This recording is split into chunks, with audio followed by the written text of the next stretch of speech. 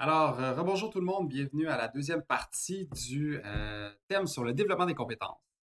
Commençons tout de suite. Bon, on va regarder en premier lieu les étapes d'un programme de développement des compétences. Il y en a trois. La première, la phase de l'analyse des besoins. La deuxième, la phase de l'implantation. Et la troisième, la phase de l'évaluation. Qu'est-ce que l'analyse des besoins? Première phase. On doit commencer par savoir qu'est-ce qu'on doit améliorer, c'est quoi les compétences qu'on doit développer. Première chose. Sinon, comment aller par la suite? Deuxième chose, l'implantation. On va choisir quelle méthode on va utiliser. Un cours en ligne, une simulation, bref, plein de choses qu'on peut faire. Qui va former et qui sont les employés à former? Qui sont toutes? Peut-être qu'il y en a quelques-uns seulement, peut-être que c'est un département. Ensuite de ça, on va mettre en œuvre le programme. Puis là, il faut qu'on s'assure que ça tire dans la cible et dans le mille parce que ça coûte cher des programmes de formation et souvent les entreprises, des fois, comme on peut dire, aimeraient mieux investir ailleurs, sur des équipements, sur d'autres choses.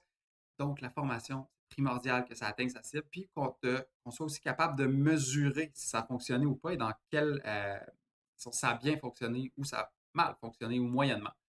Pour ça, on va avoir la phase de l'évaluation. On doit mesurer les résultats pour savoir, a-t-il atteint notre cible? Est-ce que c'est un succès? Est-ce qu'on a pris la bonne méthode, par exemple? Est-ce qu'on a formé les bons employés? Est-ce que ça nous a aidé à aller chercher de la productivité? Quelque chose de plus? N'oubliez pas, le développement des compétences, la formation, c'est là pour améliorer l'entreprise et améliorer la performance de l'entreprise. C'est le fondement même. Donc, ça, c'est les trois étapes.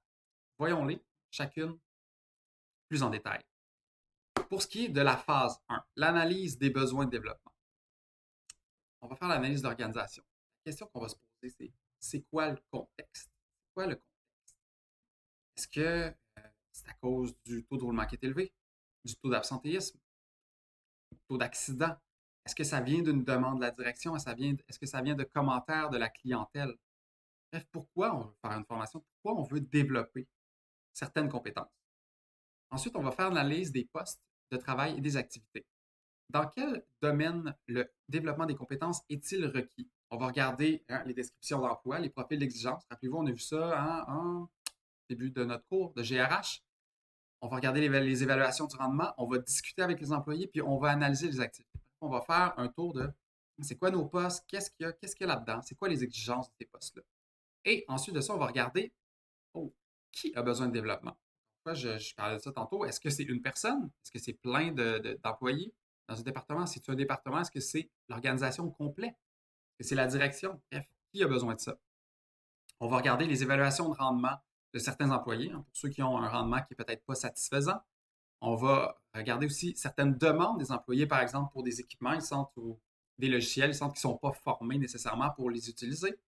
Et les incidents critiques, est-ce qu'il est arrivé quelque chose? Maintenant, ça, c'est la première phase. Puis, une dernière chose avant de passer à la suivante, la formation nécessaire, ça correspond à l'écart observé entre le rendement attendu selon la description de poste et le rendement réel de l'employé. Qu'est-ce que notre employé donne réellement par rapport à ce qu'il est supposé donner? Maintenant, une fois qu'on sait ça, on s'en va à la phase 2, qui est la phase de l'implantation. On va prendre en considération les principes élémentaires essentiels de l'apprentissage. On va voir ça à la prochaine slide. On va sélectionner les méthodes de formation. Cours en ligne, simulation, études de cas, classe virtuelle.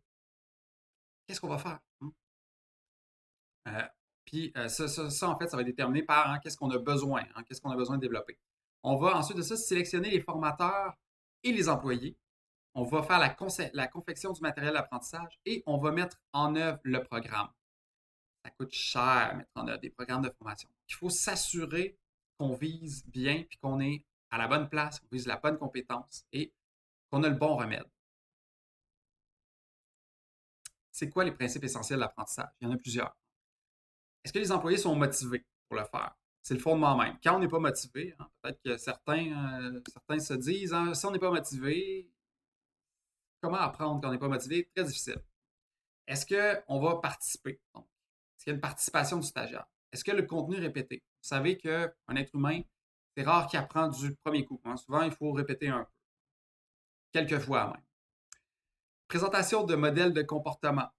L'apprentissage se fait en grande partie par l'observation des autres. On regarde un peu comment les gens comment les gens se comportent, ça nous aide à voir c'est quoi les attentes. Est-ce que c'est pertinent ou c'est pas pertinent? Qu'est-ce qu'on est en train de nous montrer? Est-ce que tout est pertinent dans notre formation? Il faut. Comment on fait pour mettre en pratique ces apprentissages-là? Il faut le faire rapidement. Il faut que dès qu'on apprend quelque chose, qu'on le mette en apprentissage. C'est comme ça qu'on va l'intégrer. Et il faut une rétroaction. Il faut que quelqu'un nous dise, que ce soit le formateur ou notre patron, oui, est-ce que ça fonctionne ou ça ne fonctionne pas? Qu'est-ce qu'on a appris? Est-ce que tu mets bien,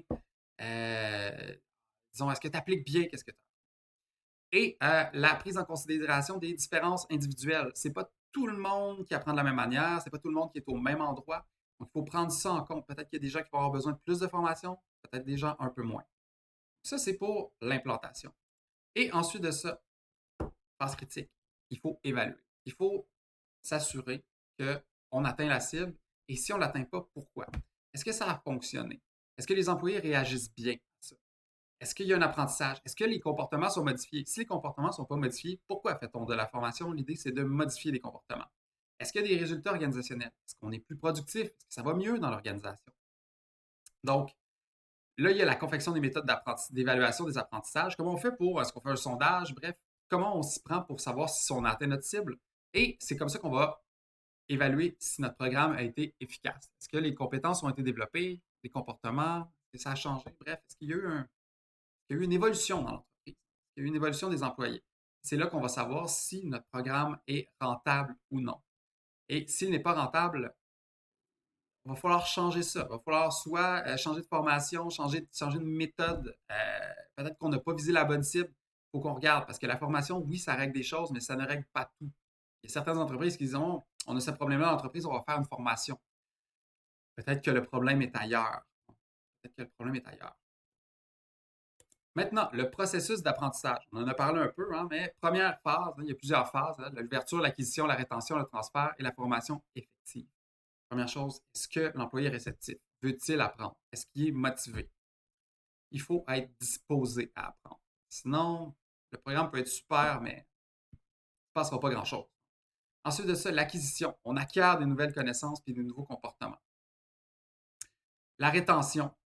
L'employé applique de manière efficace les connaissances et les habiletés dans des exercices de mise en pratique.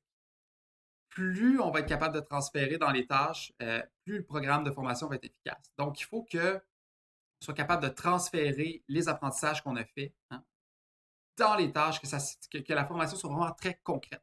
Puis c'est là que ça va devenir super efficace. Puis c'est là que les apprenants, hein, si on veut, vont vraiment sentir que cette formation-là a de la pertinence, puis vont être convaincus. Bref, il faut s'assurer que la formation soit bonne, mais aussi il faut être disposé à apprendre. Puis c'est la base de tout. Alors voilà, ça faisait le tour de la deuxième partie et on se revoit pour la troisième partie qui va porter sur les méthodes de développement des compétences. Salut!